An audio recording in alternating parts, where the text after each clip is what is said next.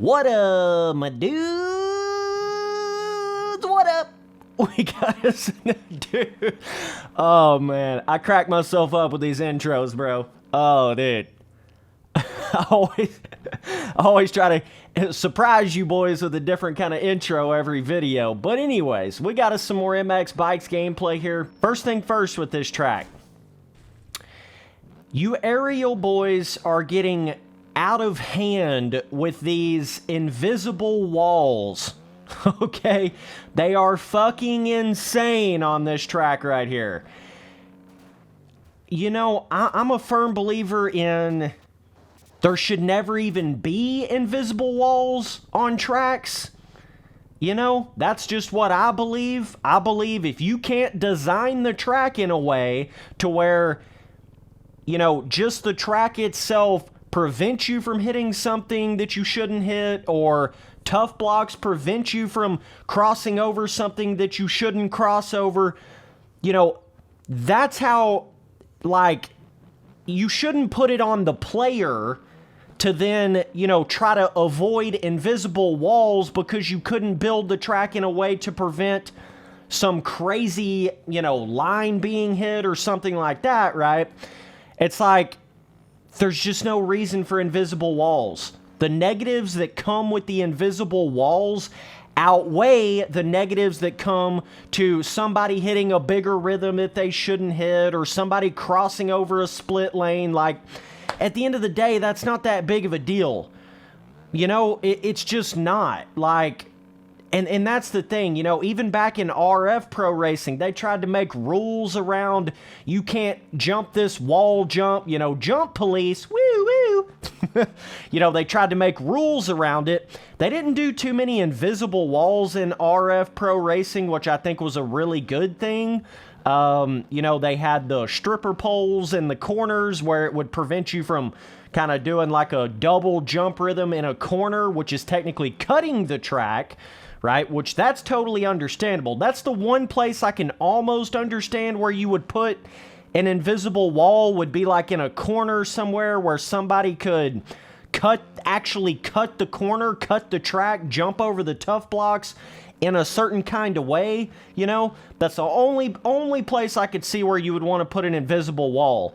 But on this track, not only is there an invisible wall like on the finish line jump, it's actually past the finish line jump, and it's an invisible wall that is actually raised up off the ground. So what happens is you basically go under the invisible wall, right?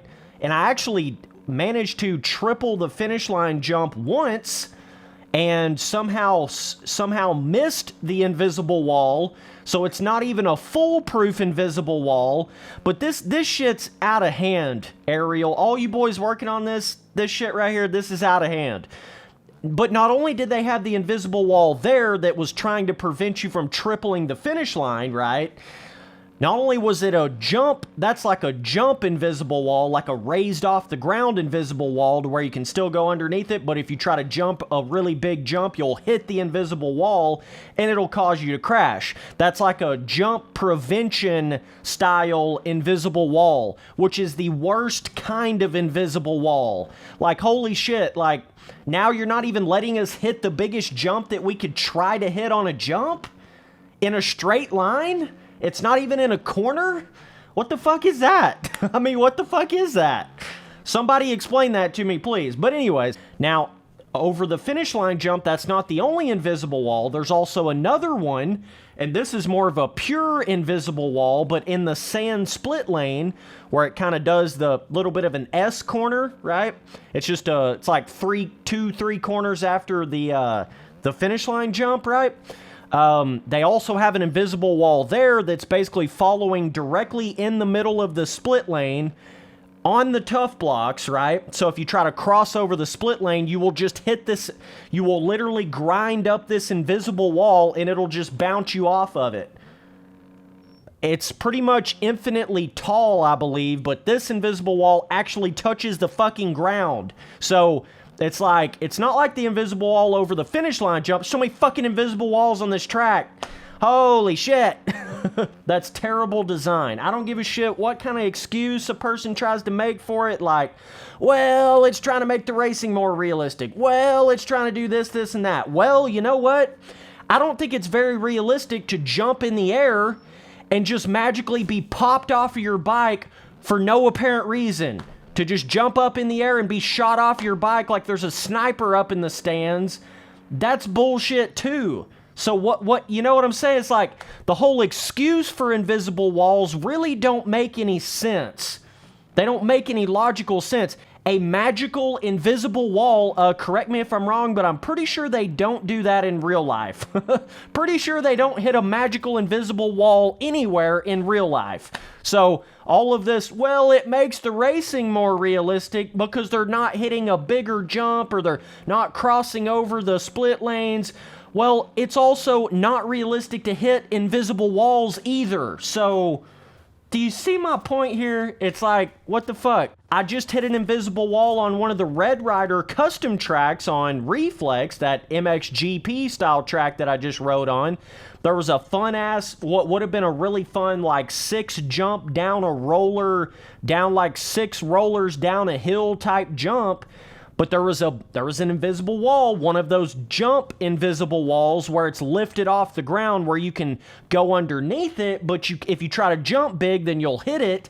And I did hit it, and it just prevented a fun, bigger line to be able to hit. Why would you prevent being able to hit a bigger line by an invisible wall? That's terrible. That's just terrible design. In a split lane, your tough blocks is supposed to be the stopper from somebody crossing over in a split lane. You know, you got to put enough tough blocks on it, and they have to have good enough collision to where it literally will prevent somebody from crossing over the split lane. You don't want to use an invisible wall because you can't figure out any other way to do it. It's either you do it with the track design or you don't do it at all. You know, as far as like preventing somebody from doing something on the track that you don't want them to do. You either put enough tough blocks where they can't cross over the split lane, or you build the jumps and the traction in a way to where they can't jump a big enough jump, like a big unrealistic jump. You do it with the track design. You don't do it with invisible walls.